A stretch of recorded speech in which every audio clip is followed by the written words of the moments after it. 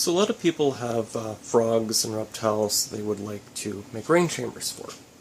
However, if like me, you have them heavily planted, there's dirt in the bottom, so making it rain is really hard and difficult, and let's face it, messy.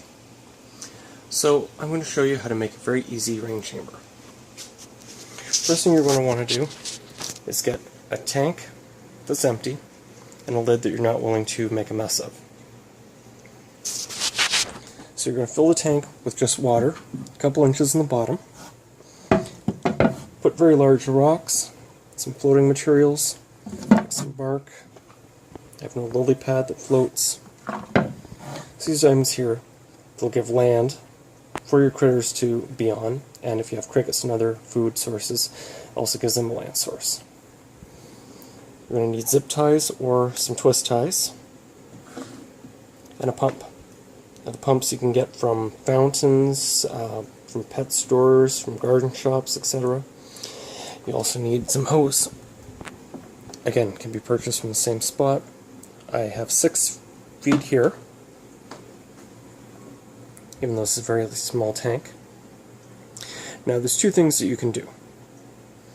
First off, you can punch little holes in the tube and just make a little slight drip system.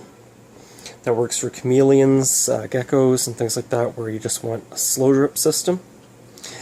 However, for something more torrential, you'll want an actual container. Again, something not too big, a foot or 2, basically slightly smaller than the lid of this.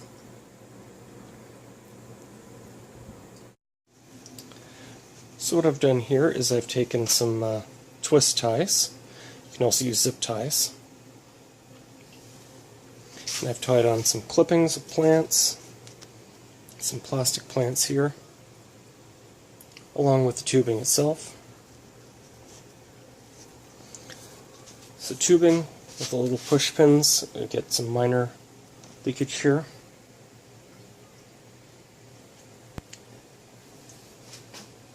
Again, if you want to cause more rain to come out of the tubing, what you simply need to do is take this and constrict it.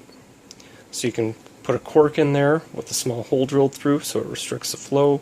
You can take some clips, pinch it so it's not fully closed, but again, just restricting, creating a bit of back pressure and causing the water to escape out those pinholes.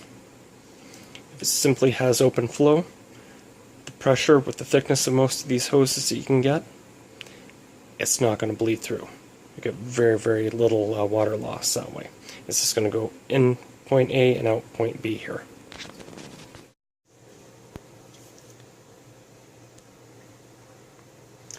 So simply take the hose, feed it through the hole that you've made.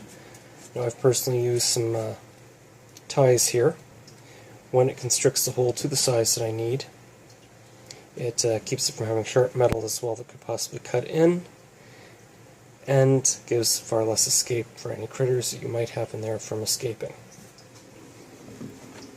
Now, I've taken a simple container here. As you can see, I've punched holes in the bottom.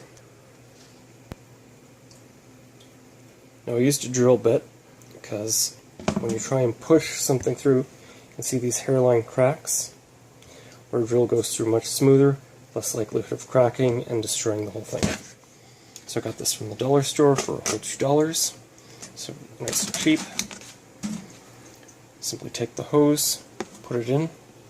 If you have a little too much curve here, you can simply take some wood